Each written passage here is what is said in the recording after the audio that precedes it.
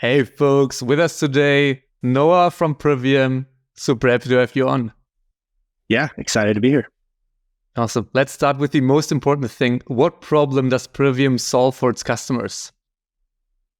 Well, it's really some basic questions that executives in most companies ask and have been asking a long time. And is anyone using this stuff?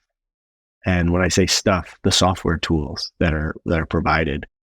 And, ultimately that extends out to all vendors and all recurring spend at the company, just the nature of continuing to pay a vendor over and over and over, whether that's every year, every month, and not having any insight into when it comes to software, is anyone using it? And then B, why or why not? That insight to say, because there's, so many reasons why, it's not as simple as, oh, no one's using it, get rid of it. Or, oh, everyone uses it, they must love it, keep it. And that's typically how decisions are made today. A lot of anecdotes and asking, business leads or department heads, hey, is your team still using this particular software? Renewals coming up.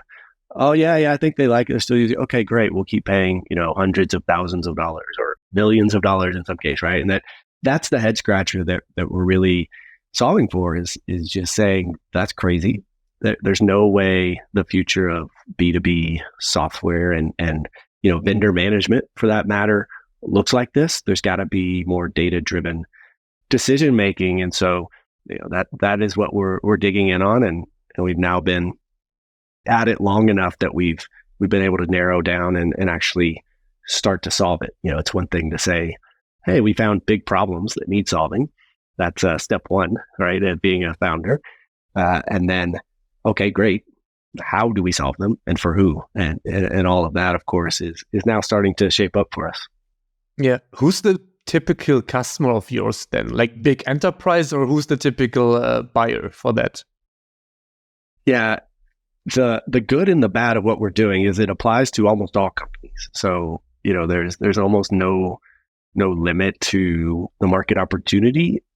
Certainly true small businesses, the problem just isn't painful enough to really invest in a solution. But anything over, call it 100 employees or so, it's painful enough to want to solve it. That being said, we can't be everything to everyone as an early stage company. We have to find our traction, our beachhead kind of markets to address. So in terms of company size, it is a mix of mid-market and enterprise. There's no doubt the problems scale with company size. Kind of the bigger the company, the bigger the problems. But that's not always necessarily a good thing. Again, at our size, we have to be mindful of the customers that we are taking on and not overextending ourselves in terms of being able to properly onboard them and support them and make sure they're successful. So the mid-market is in just as big of a need, has just as big of a need to solve these problems. And that's been a great place for us to start, while also, working with some enterprise customers as well. If you say mid-market, is that like 100 to 1,000 employees, or how do you define that for yourself? Yeah, good question. Everyone kind of has their own definitions of these things, I think. And I, for one, kind of hate the definitions that are broadly out there, because we basically put out all companies into three buckets. It's like, oh, is it SMB, mid-market, or enterprise? And that's just so not helpful, because really there's probably at least, 5, if not 10 different segments within those.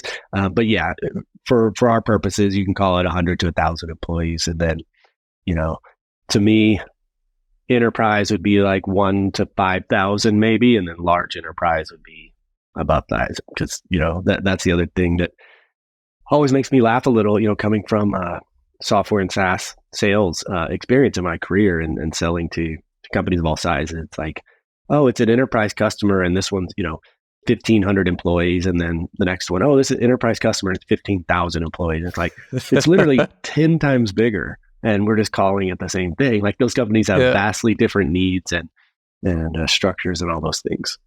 Yeah, the first one is like closer to an SMB compared to the second enterprise.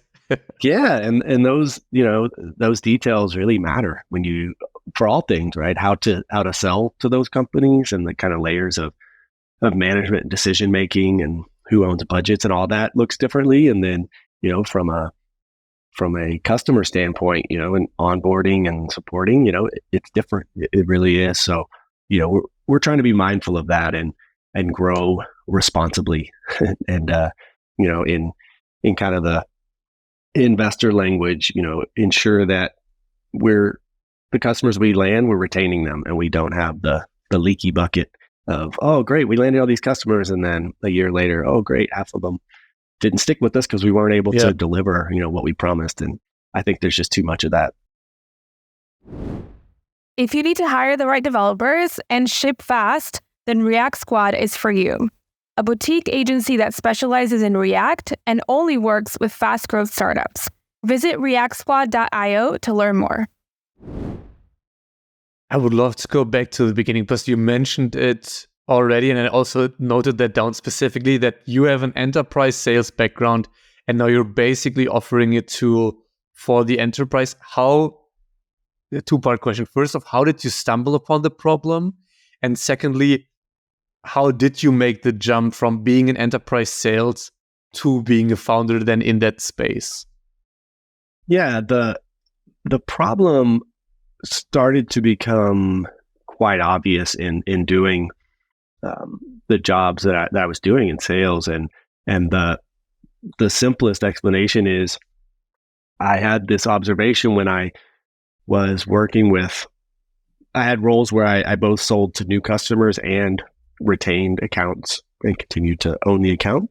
And, the first time something is, for my purpose, sold, and for the company's purpose, acquired and brought into the company in terms of a new SaaS or software tool, there's a lot of scrutiny and diligence, and, multiple stakeholders involved, to really make sure that the budget is being spent responsibly, right? Hey, this isn't in the budget yet. So if we're going to purchase something new, and of course, we're not talking about just small purchase, but something over, call it 25, 30,000, like anything over that starts to require, multiple stakeholders and approvals. And so all that makes sense, right? And as an account executive, a huge part of your job is working with that champion or whoever it is that, has identified something that your particular solution can do for them, and helping them to navigate internally. Okay, how do we get this done? You want it, I want it. We got to get approvals, et cetera, right? And so part of that is you work with them to build a business case and say, all right, how do we justify budget? Well, if you implement this particular tool, it's going to, whatever it may be, right? Increase operational efficiency, and therefore, we can do some math and justify the budget. Or it's going to help you grow your pipeline or close more deals, whatever it is that the value prop is. You build the business case, right? You get the deal done, great. That's the job as an account executive. That's when you get paid. Well, now, in most cases, we're talking about a 1-year contract, right? Of course, there's multi-year deals, and for smaller things, there's less than 1 year. But for all intents and purposes, most things are happening on an annual renewal cycle. We would come back around, now in kind of the account manager aspect, come back around to renewal, and I'm still working with the same stakeholder or stakeholders, and say, okay, great. We 10 months ago, 11 months ago, we built this great business case. We identified the KPIs this is going to impact, and we did all these things. How are we doing? Are we hitting? Are we doing the things we said we were going to do? And no one ever has the answers, right? It becomes, once it's in the budget, once that the work is done the first time, it's out of sight, out of mind. It's like on to the next shiny thing.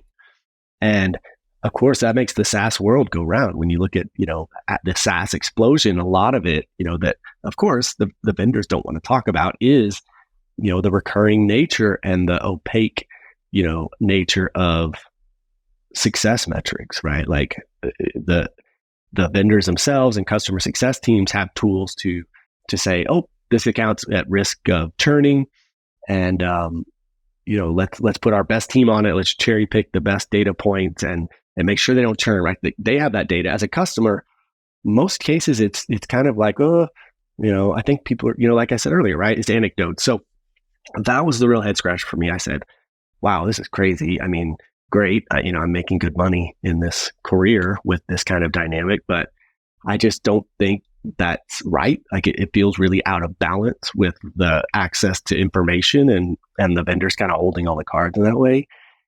And it was frustrating, from an aspect of a lot of bad software out there, like tools that don't do the things that they promise. It's a lot of, smoke and mirrors. The investments are in sales and marketing, and, the product kind of goes by the wayside, and maybe it used to be good, but it hasn't kept up. There's all these things. And I just, man, this is crazy. Like there's got to be a better way where the vendors and the products that actually, solve problems and customers go, wow, I love using this tool. It makes my job easier. Like those should be the ones winning categories and really, be the no-brainer renewals. And that's just not the case today. So that's where we really kind of dove in on this and said, well, if that's the future we kind of envisioned, just a more level playing field and being able to, use that as a catalyst to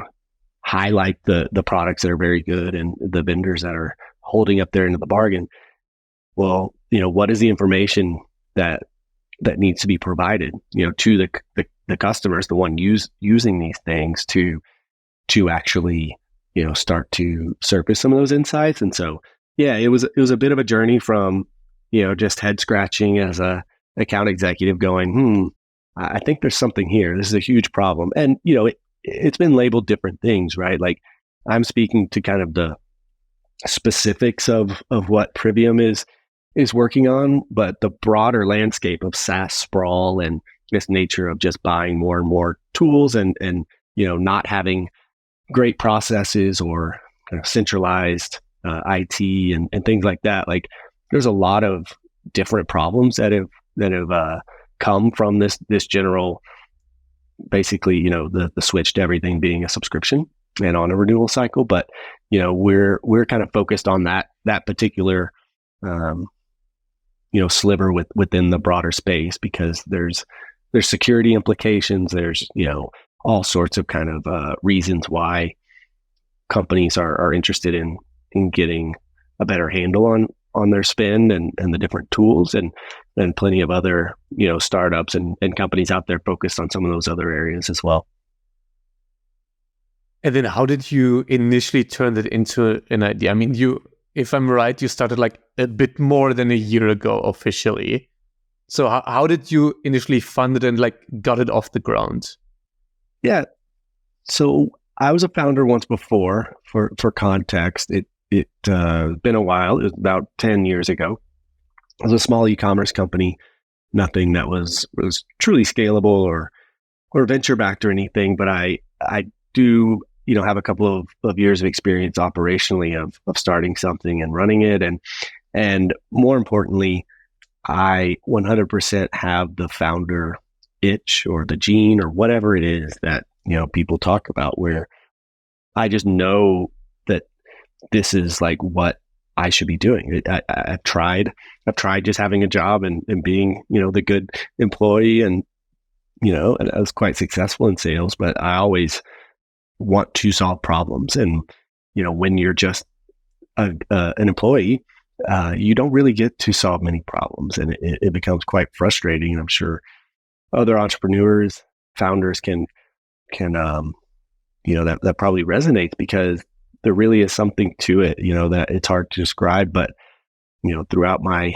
career, I would try to do more and say, okay, hey, I noticed there's a process here that could be improved. Could we try this? Or I noticed something with the product. Hey, I think we should, I would try to be the intrapreneur, as the I think there's a term now of like, being an entrepreneur within a larger organization, and, didn't really have many opportunities, very, very kind of stifling, and hey, just, do your job and we'll worry about the rest kind of attitude. So I always knew that I wanted to get back to being a founder. And, it was a matter of all the factors, finding the right problem to solve, and also just being in a position where I could afford, to take the risk and importantly, have the support of my wife to to take the risk and all that. So things started to line up where I noticed, the problems with getting to a place where it seemed like we could, afford to take a little risk and see if we can make something happen. And so, it wasn't all that, kind of out of nowhere in that way. It was kind of a long time coming and very exciting for me to find the space and the problem that I wanted to dig into. And in terms of transitioning, it's, I think unless you're a, serial founder and you've got it kind of down to a science where exactly, okay, here's step 1, 2, 3, and go roll.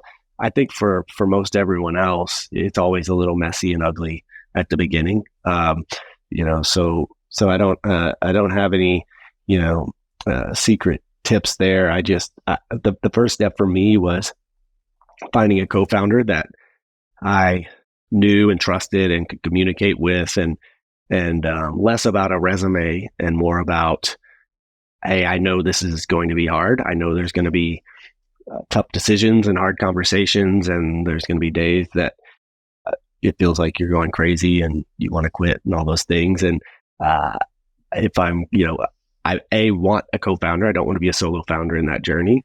And B, more than their skills, I want to know that it's a partner, that we can have those conversations and make decisions, and we're not going to have any of that kind of founder conflict that can happen. So lucky for me, a good friend that I've known since high school was in a position in his life to take the risk as well. And so Seth Barkley is my co-founder, and it also, works out that he has a complementary skill set, something that I don't as a designer. He was the global principal designer at Sabre for a good part of his career. So, we are kind of an odd team without a true technical co-founder, but between us, we had enough technical know-how to take those first steps between prototypes and testing things and just seeing kind of what the direction was going to look like, before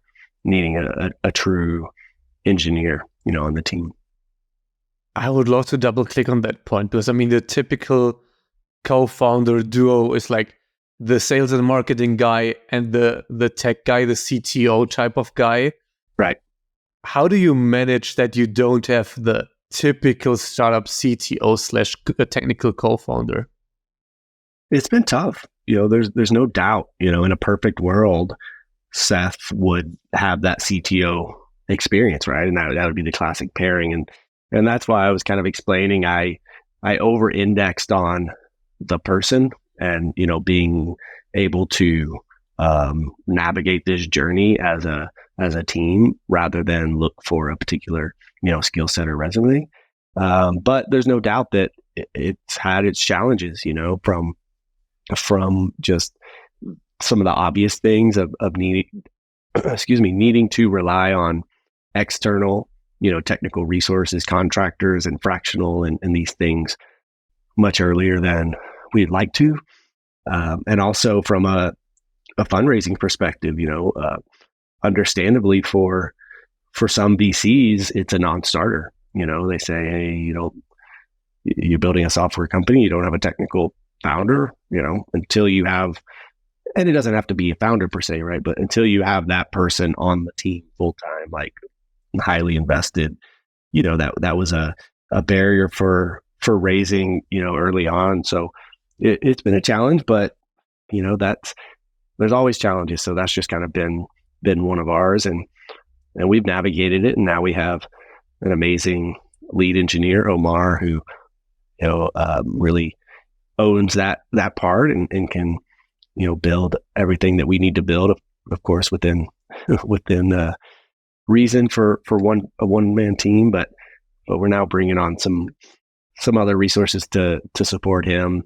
And, I think for the most part, we're over that hump of, hey, we don't have that person in-house. and, learned a lot of lessons along the way. And now, it's more of how do we build out the engineering team around him and continue to invest and grow that part of the business. Any tips for the non-technical founders listening who are in a similar position, who are still looking for their Omar, basically? So how did you find him? Like any learnings you can share there? Yeah, I mean, it is very, very, very hard. That's the that's the truth. And I'll give a quick kind of summary of our journey in that way. Last year, 22, spent a lot of time on the YC co-founder matching platform. So they have a startup school online, and part of that is co-founder matching, kind of like a dating app concept where you have your skills and resume or whatever, and can select filters and criteria to match with others. And so did that quite a bit, because at that stage we were totally open to a third founder, and thought we could potentially find someone through something like that. The challenges there were, we, for whatever reason, like at the earliest stages, we just weren't able to find the right person. And then as we weren't going to wait to keep moving forward. So we kept working, in parallel, hoping we would find that person. And the further we made progress, the less, seemingly less useful that channel was for us to find someone, because most people using that wanted like start from scratch day one, right? They want three guys in a whiteboard kind of stage, and that's fine, right? But that I probably talked to 50 or 60 different people through that, and then realized like, okay, this isn't the right channel for us. We're now, still very, very early, but we're just not at the stage for this platform. So then we tried, different things. We tried a fractional CTO for a while, and that was fine. It was fine for the time period, but it was always going to be a short-term thing, and it was expensive. That's the trade-off with fractional is typically, you're paying them an hourly rate, and you can get someone with a great experience and all of that, but it's expensive. So we did that for a while. We tried finding, contracted resources through various ways, our network and things, and to varying degrees of success. It was mostly just building early prototypes and starting to build some MVPs, and so it worked okay. But ultimately, you just don't get the same level of what would I say? It's not commitment. I guess just focus, like, skin in the game, if you will. If you're a contracted resource, you care about it while you're working on it, and then you close your laptop and you don't think about it anymore, right? Whereas if you're on something full time and have equity, then, you kind of can think about solving the problems and how to work on things, even when you're not at your computer. That's a big difference. But ultimately, we found Omar through WellFound, which is the Angel List job site. It used to just be Angel List Jobs, I think. And, had a job post and interviewed a ton of people.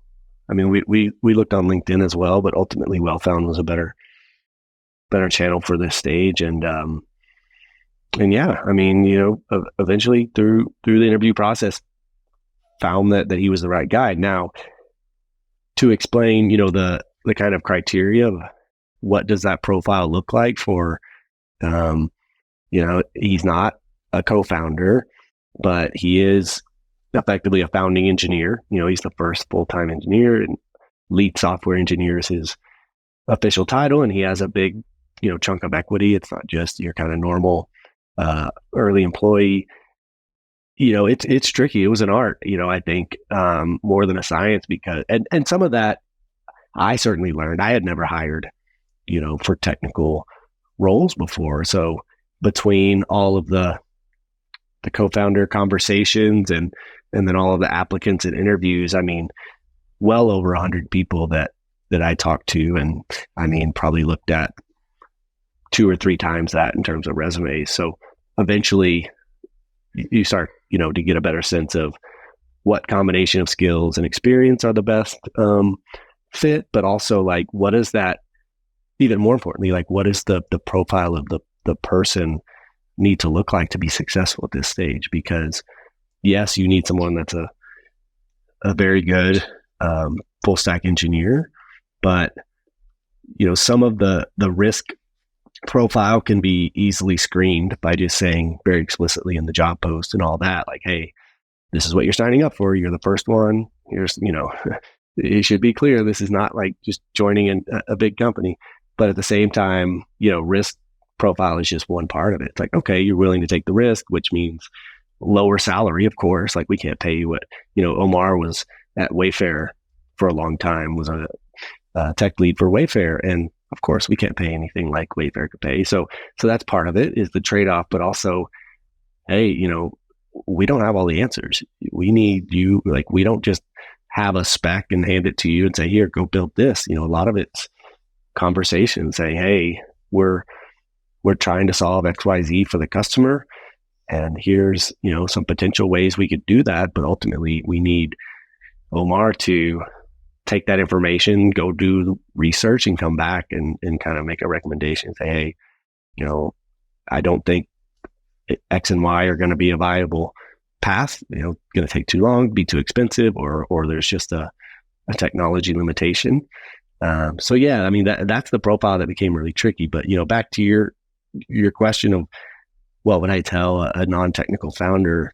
If you can find, the right person early where they can be a true technical founder and build together, I think that's ideal. But it's just so hard to do, because it may be a great person for a month and then you realize like, oh, you have different ideas or you don't communicate well. There's a ton of stories out there of just co-founder conflict. So, if you don't already have that person in your network, or if you haven't worked with them before and kind of know communication style and personality and all that, then, it's a huge risk to spend weeks or months or even years with someone and then realize, oh no, I don't want to be in business with them, right? And now you are very much in business with them. So yeah, unfortunately there's no good answers.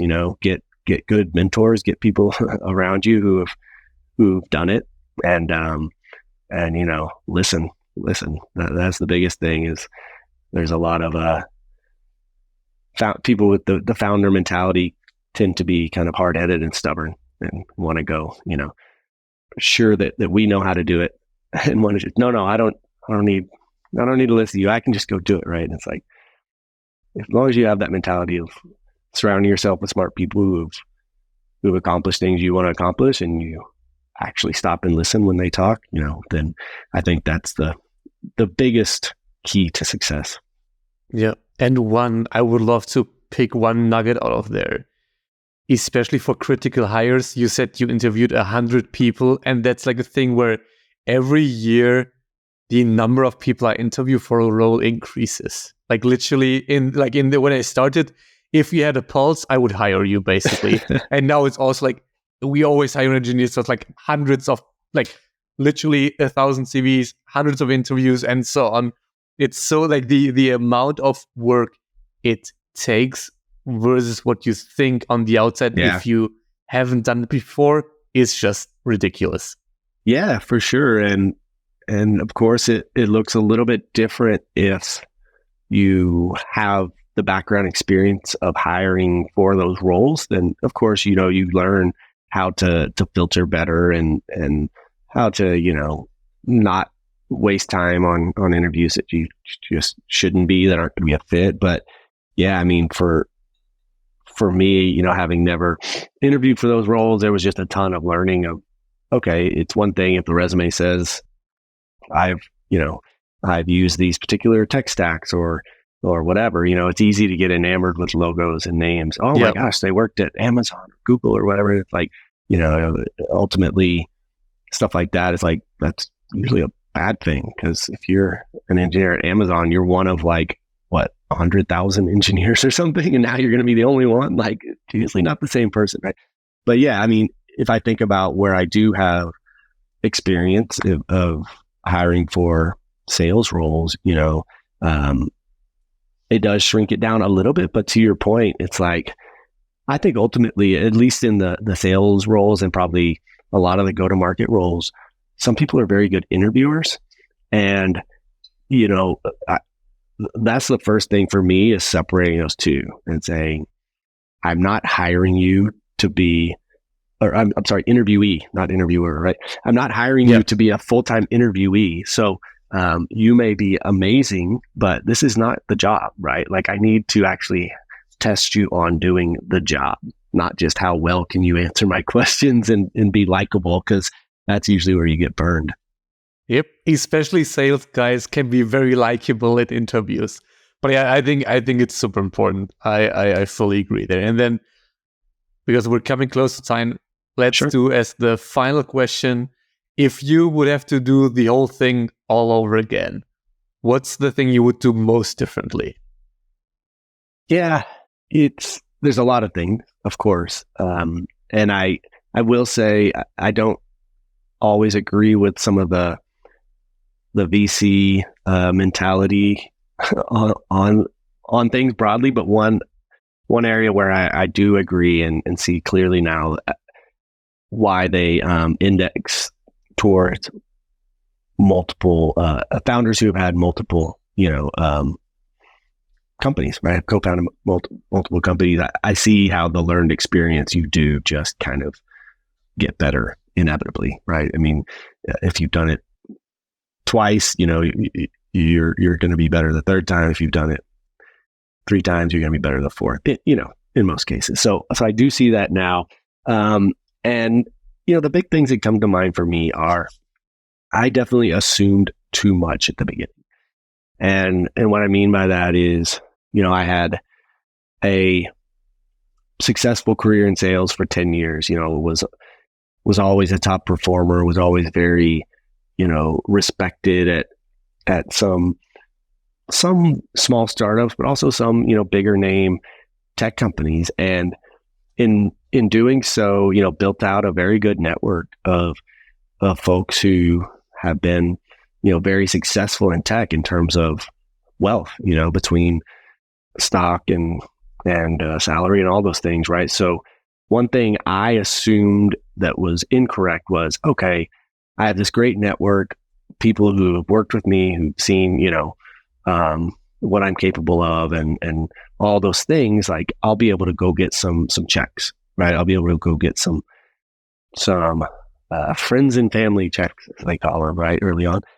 And ultimately I was able to get a couple, but, it was way harder than I thought it was going to be. And literally only 2, I only got 2. And I thought I would get 10,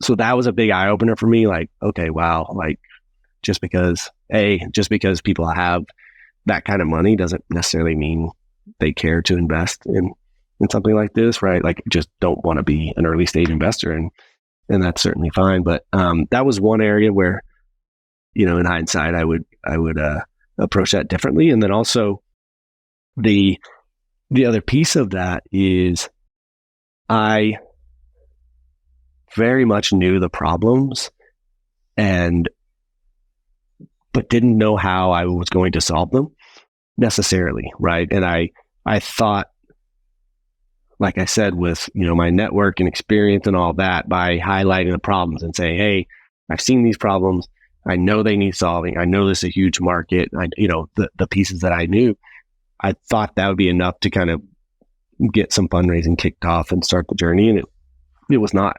Everyone said, one way or another said, yeah, but how are you going to solve it?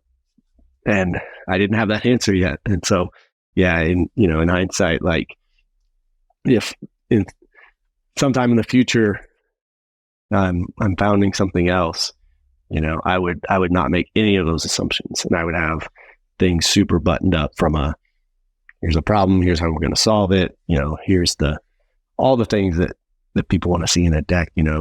I kind of took that stuff for granted and was wrong. And then, you take that plus 18 months of a very, very challenging fundraising environment just broadly. That's been our journey so far. And now we're, I think, as I said earlier, hopefully past those initial hurdles and hoping for a little help from the macro environment going into next year and, get those tailwinds. Amazing. And then Noah, thanks a ton for being so open, and thanks for coming on today. Yeah. Thanks for having me. Great meeting you. If you like this episode, then you'll love the SaaS Operator, a weekly newsletter brought to you by EarlyNode, with actionable insights from SaaS experts in the industry delivered right to your inbox every Tuesday for free. Visit earlynode.com to subscribe.